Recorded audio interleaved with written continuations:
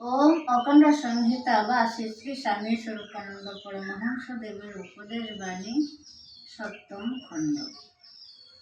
ত্রিকালজ্ঞী বিশ্বাস। শ্রী শ্রী ভবানী বললেন, কেমন বিশ্বাস? যে বিশ্বাস ত্রিকালজ্ঞী অতীত অনাগত বর্তমান নিয়ে তাহার প্রেম মধুর স্নেহ সিক্ত কণ্ঠে তোমাকে ডাকছে। অতীতের তাহার প্রেম আজও রয়ে গিয়েছে, অতীতের তাহার প্রেমিক আজও মরে নাই, আজও ধ্রুব প্রহ্লাদ, আজও গোপ গোপিনী, আজও যিশু চৈতন্য প্রেমকে পাচ্ছেন, আস্বাদন করছেন।